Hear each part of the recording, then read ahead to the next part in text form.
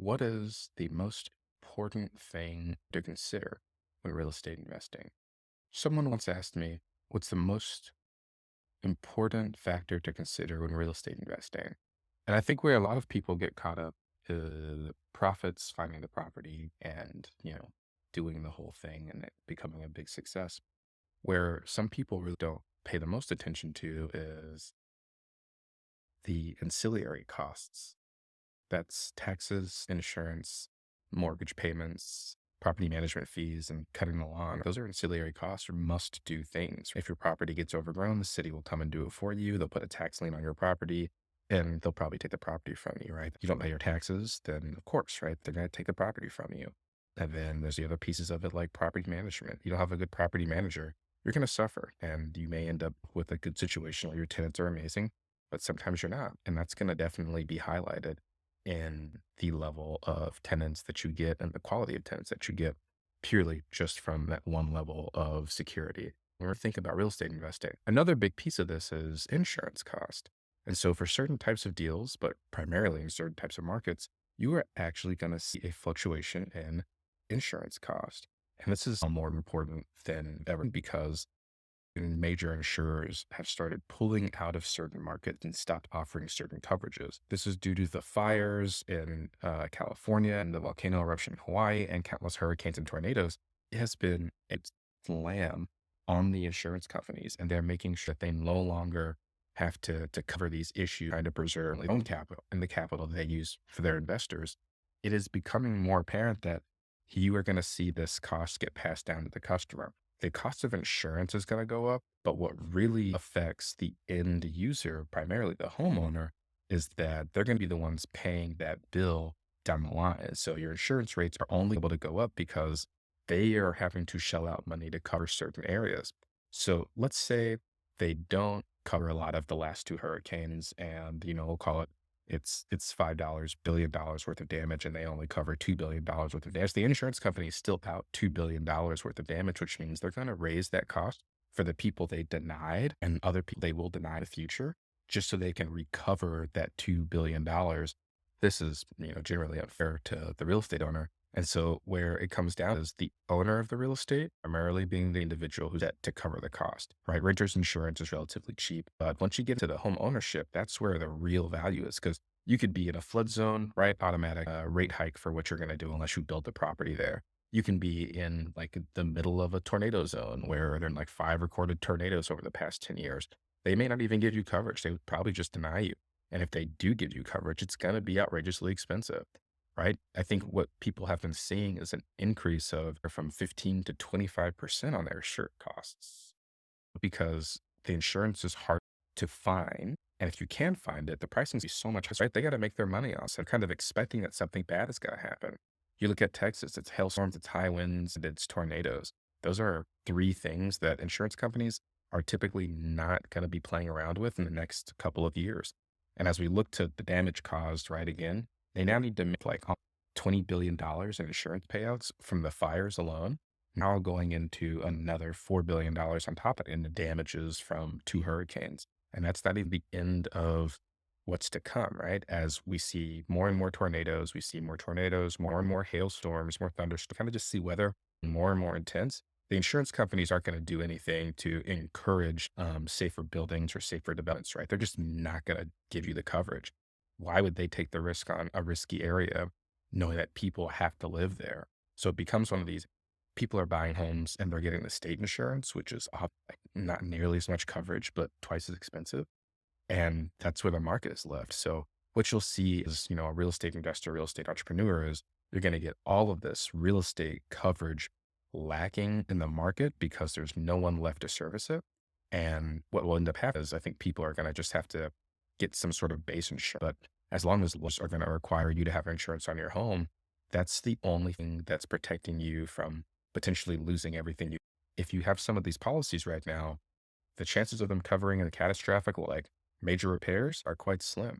So definitely something to think on like investing in rate and like looking at different property, what the insurance companies can offer you versus going, go fixing it yourself and kind of keeping a bigger rainy day fund. So then another question is, do I spend as much on insurance knowing that I'm not going to get as much coverage as I once was? Or do I focus on having a bigger CapEx expenditure? And CapEx, for those of you who don't, the capital expenditures where you focus on things like maintenance on the property, getting a new roof, new windows. And if your insurance company is not going to cover the really big expenses, that's where you need to make sure you have a generally by just increasing your CapEx, which then takes away from your cash on cash return, your ROI. It's a pretty intense way to go about doing things, but unfortunately, I think it's the world that we're in for the next couple of years until there's either new insurance or until the insurance companies feel as though they have other source of revenue that they can provide investor returns on and coverage to homeowners. And when you look at it through the eyes of a real estate investor and owner, the only way for you to make up this difference is to pass this cost on to your renters and to the people you're selling homes to. And so now you have this entire economy that's based on everybody being able to afford a home. But if everything keeps going up in pricing because the insurance companies are not going to be covering as much, then it means you need to bring more money to the table to do your deal that just sits as your rainy day fund in case the insurance is not going to cover you. But here's the kicker, right? Insurance is required through most lenders. And I think most people in the United States are reliant on debt to buy their homes. These lenders are requiring insurance basically to the point where they're covered. But realistically speaking, I don't even know that there are very many insurance companies who would cover the entire note of the property, let alone being able to actually cover the fixing up cost, right? So it's one or the other. At that point, the lender is taken care of and happy, so he can give out more loans. But you, the homeowner, the real estate investor, that's where you're kind of left all alone. They may offer you some coverage depending on who you have as your insurance company, but overall, that's one of the main areas that a lot of people need to start paying attention to when reading their insurance documents. What's going to be covered? How much money do I get if I do X, Y, Z? Reading your insurance documents really isn't that difficult. You may be able to help yourself by reading the documents and sending questions over to your insurance agent. What does this mean? What does this mean? What does it mean if I do X, Y, Z and then I get the coverage? You can look at extreme cases such as water damage. Some of you don't live in your properties or see your properties often. So what's it to your tenant whether they report property damage or not? That's when it comes to leaks, and you only have a certain amount of days to report leaks until you're not covered anymore. And that's the worst part about that when it comes to insurance is they know that you're not going to be able to check out these properties. They know that you're going to have to give your tenants at least 24 to 72 hours notice before you can inspect the property. And that is if the tenant is even going to be home. So it puts you in this bind where it's like, okay, so I'm going to pay $4,500 a year for insurance, and I may not even get covered for the thing that I need, but the insurance company still has my $4,500, and they're going to have it next year. They're going to have it the year after that because it's required. So I'm still going to be out the cost of the repairs plus the $4,500 every single year. In my assumption, it's a matter of, do you just get a lower coverage on your property and you let the insurance company get what they want and you just bring more money to the table? That may be the future of insurance with real estate investing as the key core. If you found any of this interesting, I invite you to subscribe or follow me on LinkedIn. I post a lot of this content on there, and I try to make sure that I'm sharing relative information for those who are truly looking to break into the real estate investing world. I try to make sure that you guys have everything that you need because I've gone through it, right?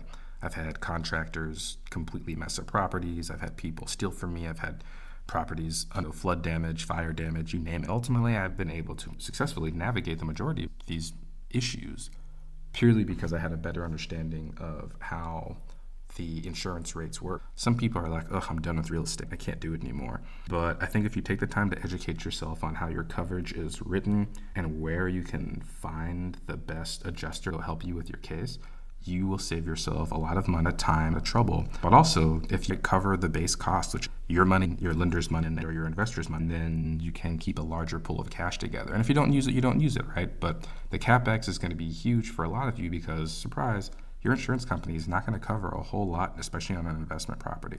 So think about that as you move into it. It's been real awesome speaking to you all. Looking forward to the next video. I really appreciate everything. So thanks, guys. Take it easy.